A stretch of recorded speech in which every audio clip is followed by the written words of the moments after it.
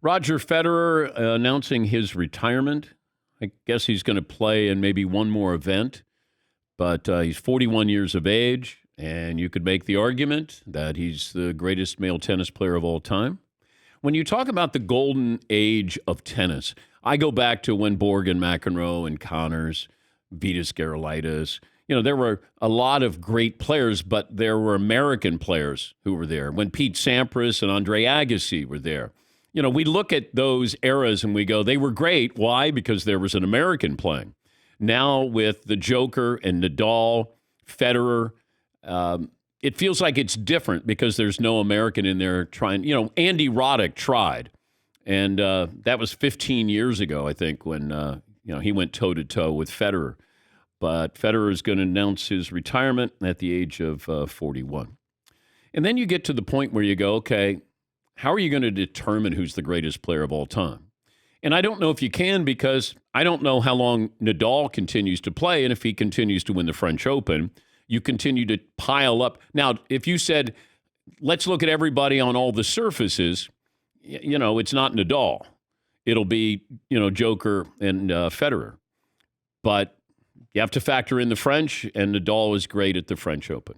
But appreciating what they've done. I mean, who would have thought that you have three guys playing at the same time and they all have at least 20 Grand Slam titles? I mean, Serena stands alone. Like, nobody comes close to that. Like, Serena hogged them all, but she only has, 24?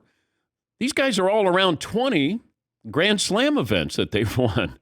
Yeah, Paulie. I wonder over the past 20 years who's the fourth best male tennis player in the world. Like, it felt like those three guys would just trade titles, especially the past 15 years.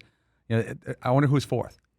Remember back in the day when Agassi, remember guys like and Lendl and Becker were just crushing? Oh, yeah. And then you'd have guys like Michael Chang, who would be in the finals. But he always had a five-setter. Yeah. Always. Michael Chang, 5 sets.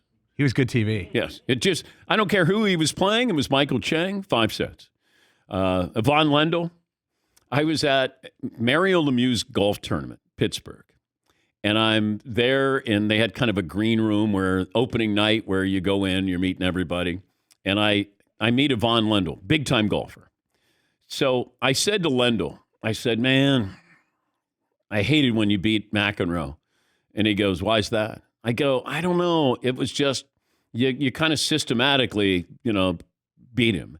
And he goes, forehand, backhand winner. You love the accent. I did. It was just, he was systematic in telling me how he was systematic in beating John McEnroe. Forehand, backhand winner. I go, yep, I guess that's what it was. But Lendl was a machine. And there was a robotic feel to him.